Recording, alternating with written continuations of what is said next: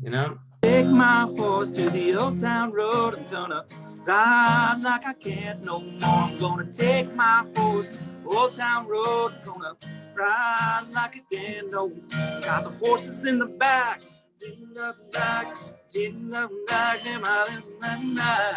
Now my horse.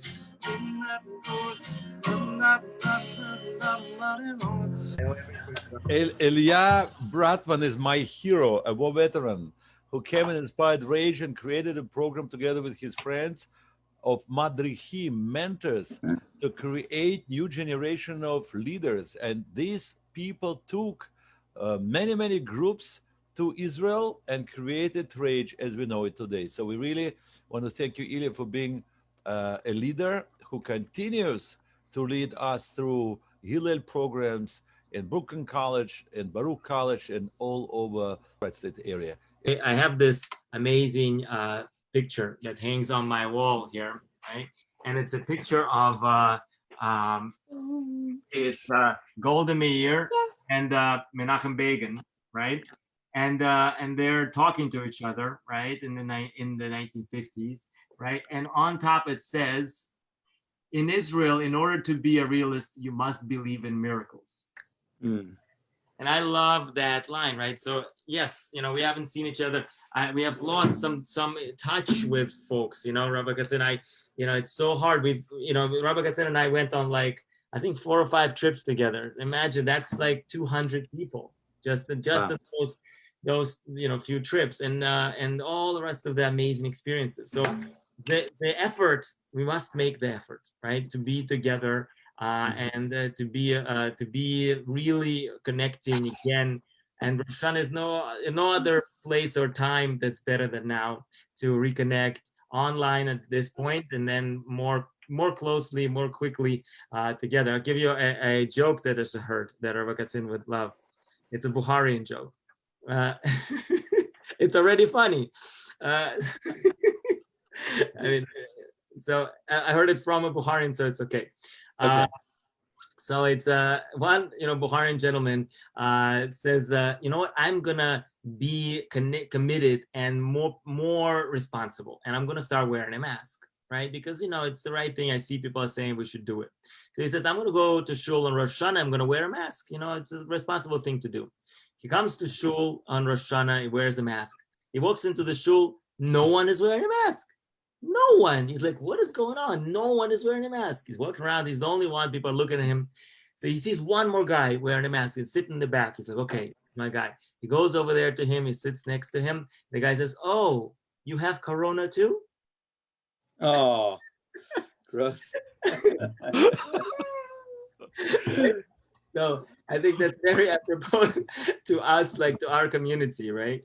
That who we are as a, you know, as the Jewish people, the Russians, you know, especially. I think we are gonna move on with the, you know, and we're gonna persevere through Corona very soon, and we're gonna be together in person, celebrating, you know, Bezrat Hashem on Hanukkah maybe, or sometimes sooner, you know, with God's will. Sukkot. Yeah. Sukkot would be the best. Of course, we would hang out. There's social distancing there. We have a place. We have plenty of places. We have plenty of places, and I'm looking forward to gathering with Rabbi Katzin. Nice. In his sukkah, Bezrat Hashem, and being together with all our folks. You know, people have moved to different places in different ways of life, but those experiences that we've had, the RAJE, what RAJE was able to build for us, the amount of couples, the amount of Jewish life that comes out of this story is so incredible. You know, it's very few things that equate to it. I'll give you one very quick story that Rabbi Tatz says that I think only equates to RAJE.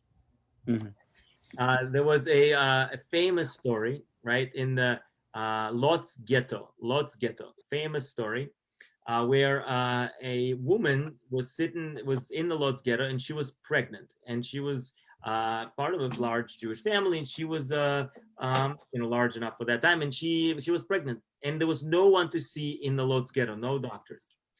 And she knew that there was some pain and all of that stuff, and she needed to see a doctor. She snuck out at night, by the fence somehow, and went to see a Polish doctor in that in the Lodz, village or whatever.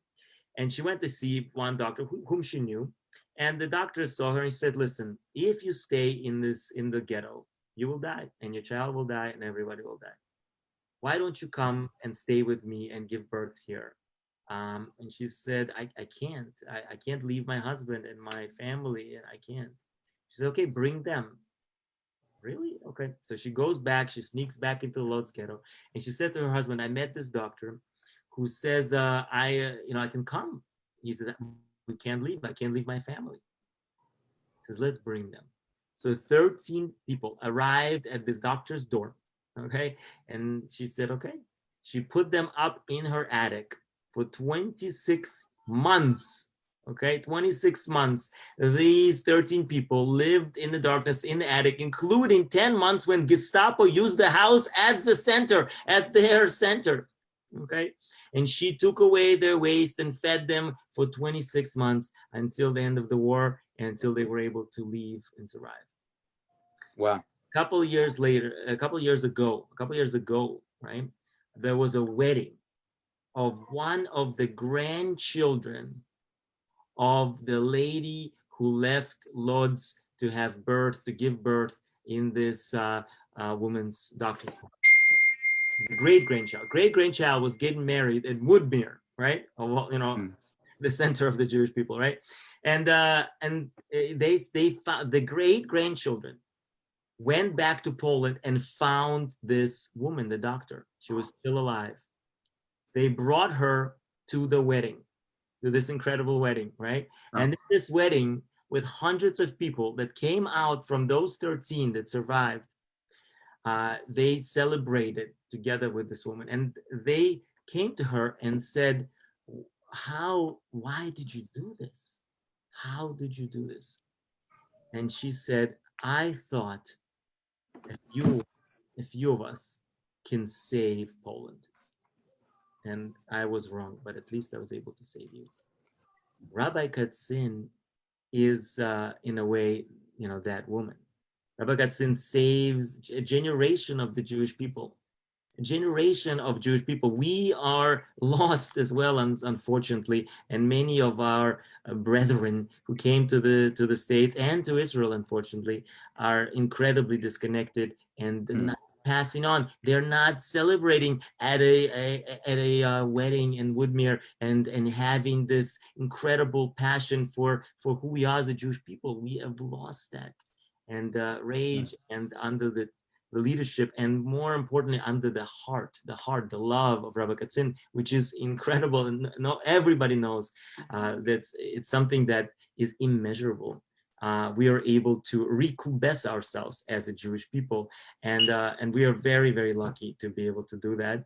And I'm very thankful that Rabbi Katzin is, in a way, an angel for our community. So I want to thank you, and blessings to you, Rabbi Katzin, for a long life of doing this and Amen. Amen. So we want to wish you all, to my dear friends, to Ilya, Rabbi Dalman. I want to wish to all those who with us now, viewing, remembering, seeing, that we should all have good and sweet and healthy and happy and meaningful year of life of inspiration and accomplishments. We love you all, and we want to see each other more often this year.